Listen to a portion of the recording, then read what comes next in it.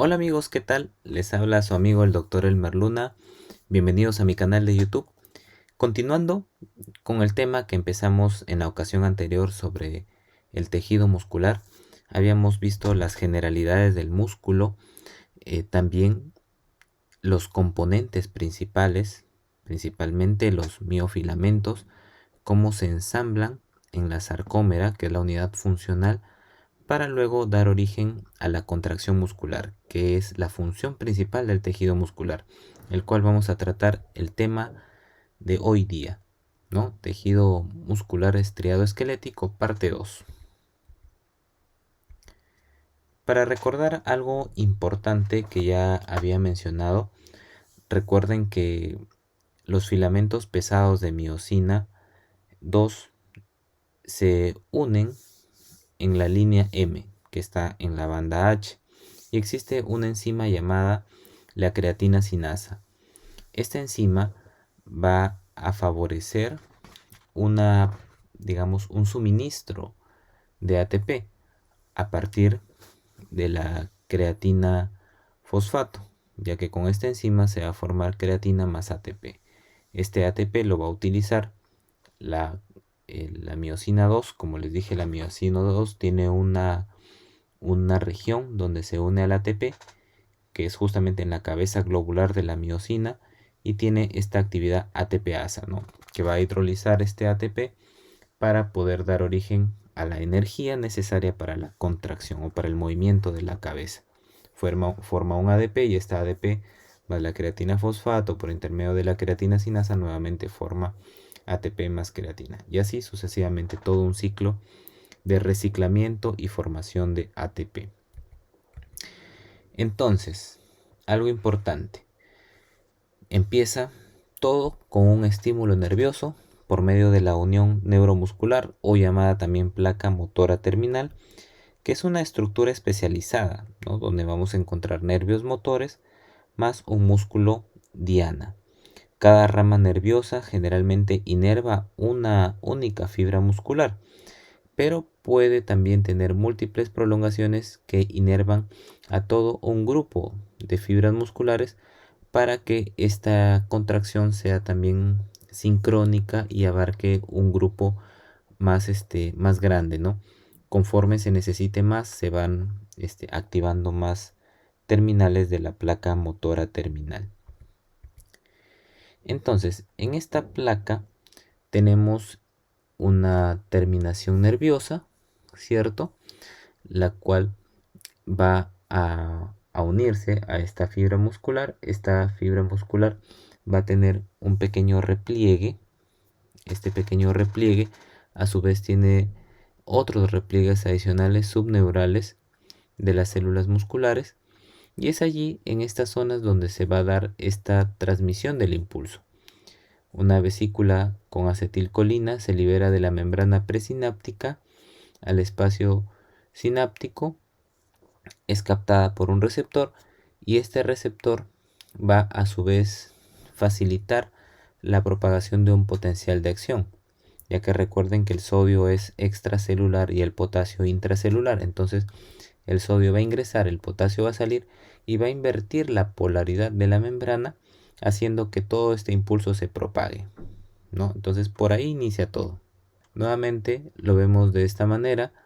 Tenemos acá un botón presináptico, el axón terminal, las vesículas sinápticas con acetilcolina se liberan en este espacio sináptico, luego van a captarse, ¿no? En estos pliegues de hendidura sináptica, que es un pliegue secundario, ya que el primario viene a ser de casi todo el botón. Es captado por el receptor de acetilcolina, que a su vez va a dar origen a un cambio en la conformación del canal de sodio regulado por voltaje, lo que va a permitir la entrada rápida de sodio, salida de potasio y el inicio de la despolarización. Existen algunas patologías que se asocian acá justamente con estos problemas en la liberación del neurotransmisor o en la captación, ¿no? Por ejemplo, o también cuando se administran agentes exógenos. Por ejemplo, la toxina botulínica.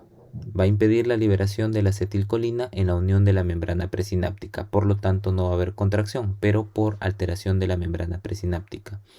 El curare, que se une al receptor de acetilcolina e impide la unión de la acetilcolina. Por lo tanto, va a haber parálisis.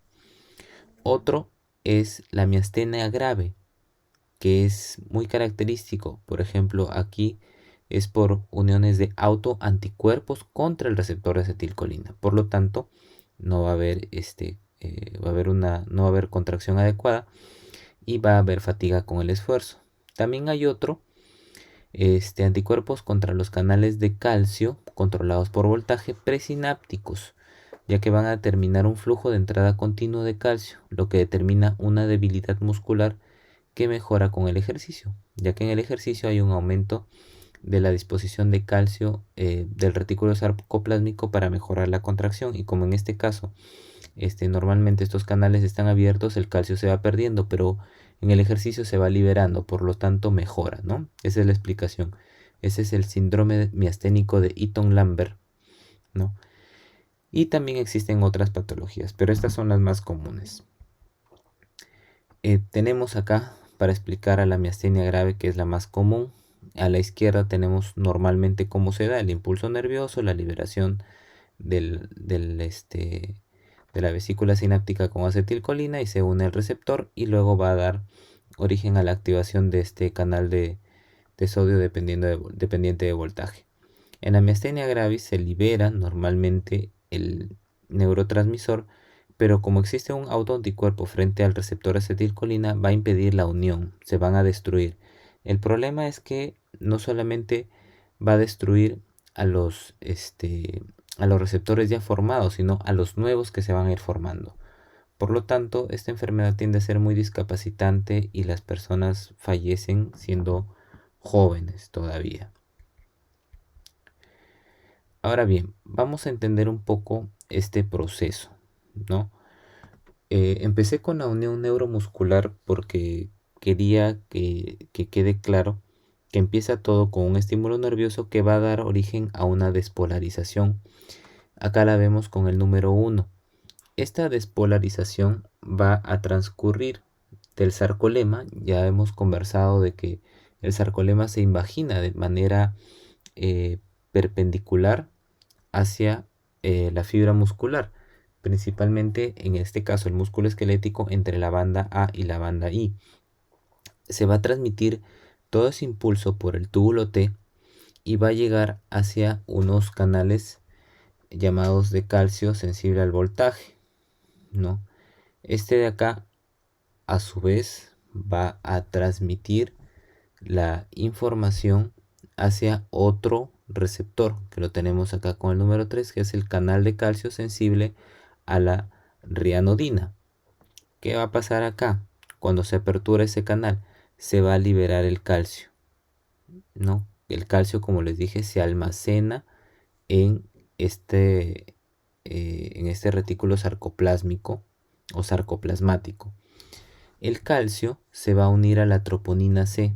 Al unirse a la troponina C en este complejo, va a originar un cambio de conformación y por lo tanto la troponina I, que usualmente inhibía la unión de la actina con la miosina, va a salir de esa posición y va a exponer el sitio de unión a la miosina para que éste se pueda unir, ¿no? Originando la contracción.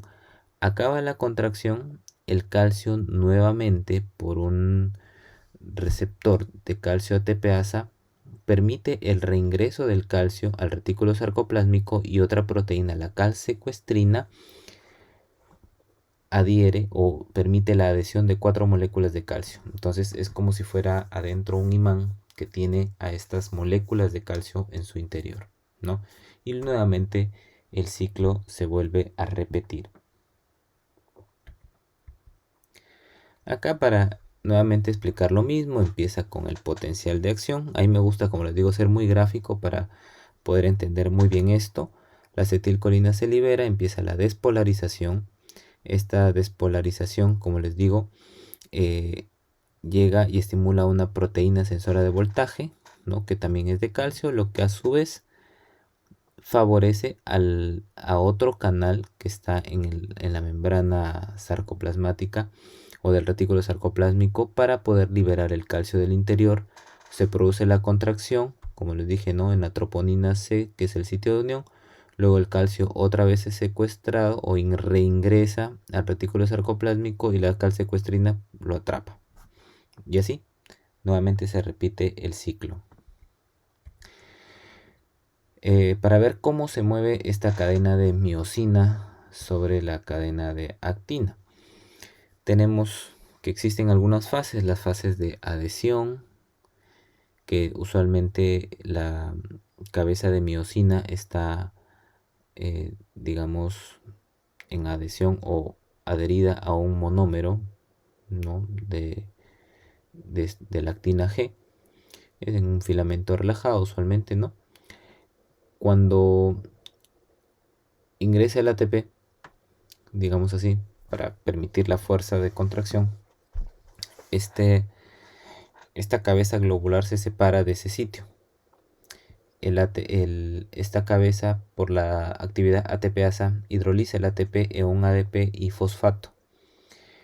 Esto hace que se vuelva a unir la cabeza de miosina a un monómero de actina. Luego se sigue generando la fuerza y se flexiona esta cabeza, lo que favorece el desplazamiento. Al hacer este desplazamiento, la banda A y la banda I, perdón, y la banda H son las que van a reducir su tamaño. La banda A se mantiene normal, ya por si acaso siempre suelen preguntar eso. Y luego, una vez que ya sucede eso, se liberan estos moléculas tanto de ADP como de fosfato, y la molécula de miosina o la cabeza se vuelve a unir a otro, digamos, monómero de actina. Y así hasta que otra vez reingrese el ATP y reinicia el ciclo, ¿no? Es importante conocer eso. Otra manera de verlo: el calcio, importantísimo, se une a la troponina C. Como ven, la troponina T está unida a la tropomiosina, que también, ¿no? La tropomiosina es la que expone, la que está también tapando acá estos sitios de unión. Y la I inhibe, es otro guardián que inhibe que la miosina se una. Al llegar el calcio cambia la conformación de la troponina I ya deja de inhibir el sitio y la tropomiosina se mueve, deja que expone el sitio de unión de la actina y por lo tanto se une la cadena globular. Y allí es donde otra vez, ¿no?, el ATP es hidrolizado por esta cabeza en ADP más fosfato y genera esta fuerza, flexiona, desplaza este movimiento, luego otra vez reinicia el ciclo. Hay algo también interesante que les quería comentar, es en relación a unos complejos que existen en el músculo esquelético, que son el complejo sarcoglucano, el complejo distroglucano y la distrofina, que son proteínas importantes, ¿no? Esta distrofina es una proteína de 427 kilodaltons que permite la unión de la fibra muscular a al complejo de actina principalmente, y también al complejo de distroglucano, ¿ya? Se asocian a la actina F, como les dije, a estos distroglucanos y trofinas, refuerzan y estabilizan el sarcolema durante la tensión de la contracción muscular. O sea, es como una función mecánica de reforzamiento, ¿no? Para que no haya rupturas de las microfibras cuando existen estas contracciones, ¿no? Es importante saber esto porque existen patologías que afectan justamente a esta distrofina, ¿no? Y forman las distrofias musculares, que son enfermedades congénitas caracterizadas por debilidad, atrofia, aumento de la concentración sérica de enzimas musculares, cambios también destructivos en el tejido muscular, ¿ya? Existen otras patologías asociadas a todos ellos, pero ahorita no es motivo de hablar de eso, solamente de algo muy importante. Cuando hay un déficit de esta distrofina, se produce la distrofia muscular de Duchenne. Acá tenemos una biopsia cuando existe este déficit y hay fibras musculares que empiezan a degenerar. Como ven en este corte histológico, la mayoría de fibras tienen un color rosa oscuro. Sin embargo, hay una que está señalada ahí, donde dice fibra muscular esquelética en degeneración en las fases iniciales de una distrofia muscular de Duchenne.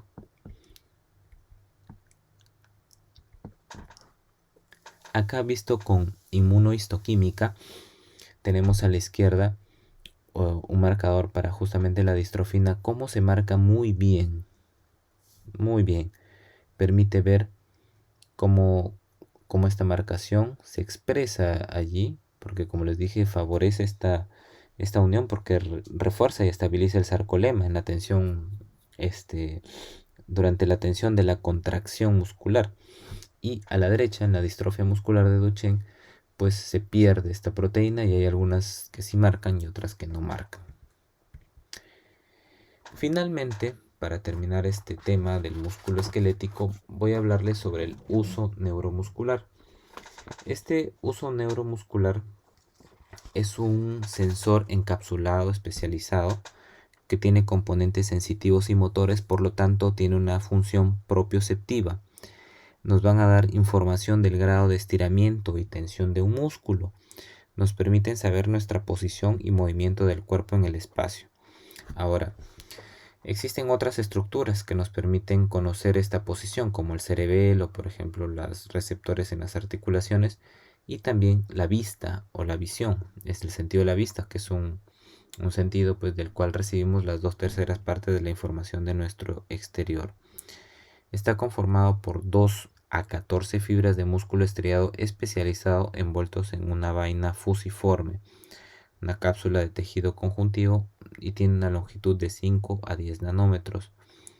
Estas fibras musculares especializadas del interior de este uso neuromuscular se les llama fibras intrafusales, como las podemos ver allí, y las que están por fuera son fibras extrafusales, ¿ya? Estas fibras intrafusales existen de dos tipos: unas fibras de la bolsa nuclear, que las vemos en medio de manera esquemática como algo globuloso, elipsoide, ¿no? Que es la región sensitiva no contráctil. Ahí tienen fibras aferentes primarias sensitivas, ¿no? Y también secundarias. Y lo otro es la fibra de la cadena nuclear, que están un poco más hacia los extremos, estas fibras. También existen inervación no solamente de tipo sensitivo, sino también de tipo motor, que son, por ejemplo, en el caso del motor, dos tipos de motoneuronas anteriores de la médula espinal: las motoneuronas alfa, que tienen un gran diámetro, y las motoneuronas gamma.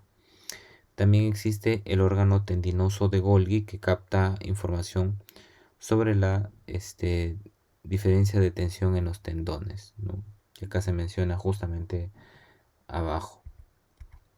Acá lo podemos ver de otra manera, este uso neuromuscular que nos da esta información. Tenemos las fibras de la bolsa nuclear y las fibras de la cadena nuclear, ¿no? Que tienen información sensitiva, motora. Y también lo podemos ver de esta manera. Otra forma esquemática: fibras intrafusales de la bolsa y de la cadena nuclear con sus inervaciones sensitivas y también motoras.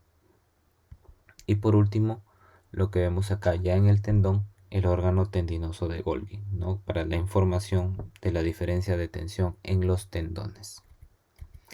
Bueno amigos, espero que este video les haya gustado mucho, haya sido muy útil y sobre todo saquen provecho. No se olviden también de revisar sus textos para complementar esta información.